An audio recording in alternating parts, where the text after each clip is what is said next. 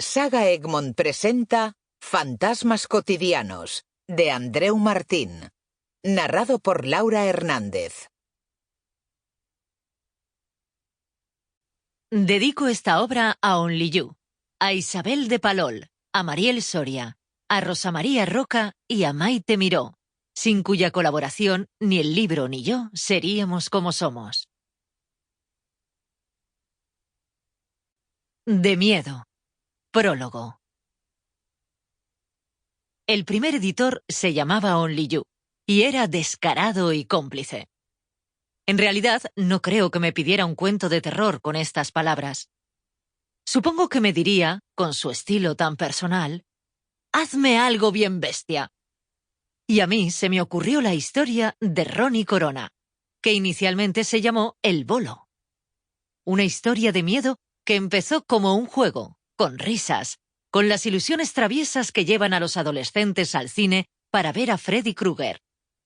Si el concepto de juego es esencial para entender mi obra, el planteamiento de «dejad que los caimanes se acerquen a mí» es una de las propuestas más lúdicas y arriesgadas que he realizado nunca. Me animé, y animé a la ilustradora Mariel Soria para hacer un libro extraño, en el que las páginas de texto se alternarían con páginas de tebeo.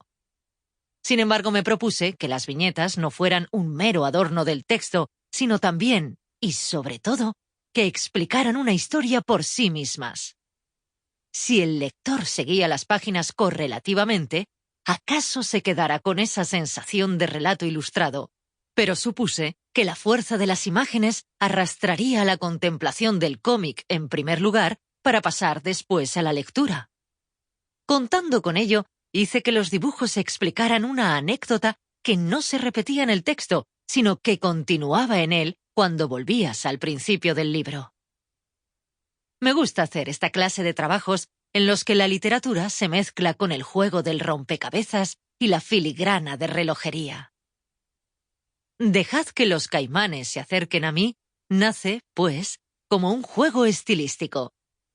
Pero no es únicamente un juego. Creo que no hay ningún juego que sea únicamente un juego en el sentido peyorativo que se le suele dar a esta palabra. En todo juego hay siempre interpretaciones que hacer, lecturas entre líneas, emociones disimuladas detrás de los rituales. Dejad que los caimanes se acerquen a mí es una historia cruel y agresiva, rabiosa, que me sirvió para liberar el sentimiento que más me estaba influyendo a la hora de escribirla: el miedo. Toda obra de ficción es resultado de asociaciones de pensamientos, de sentimientos y de conflictos que nos conmueven en el momento de crearla, aunque no seamos conscientes de ello o precisamente porque no somos conscientes de ello.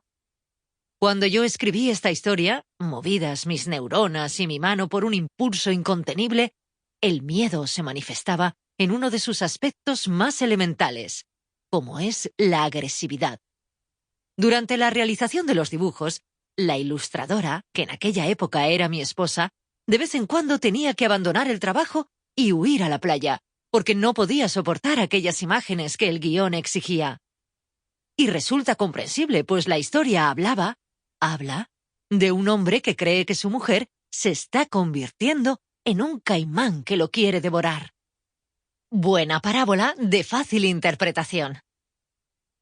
En aquella ocasión, como en tantas otras, me vi sorprendido por lo que yo mismo escribía, por el tono desmesurado y visceral, y tuve que vencer un cierto pudor para dejar el resultado de mi escrito tal como estaba, confiando en que la pasión que yo había puesto en él se transmitiera al lector. ¿Cuántas veces he dicho que llega un momento en que los personajes de una novela toman vida propia y parece que se mueven contra mi voluntad? ¿Cuántas veces he tenido la sensación de que la novela que entregaba el editor, a pesar de ser yo y de ser resultado de mis sentimientos y de mis razonamientos, tenía vida propia, independiente de mí? Pocas de mis narraciones han nacido, como esta, tan cargadas de intenciones más que secretas, desconocidas por mí mismo. La redacté con migrañas y taquicardia, y aún hoy, cuando la he readaptado para prescindir de los Sample complete. Ready to continue?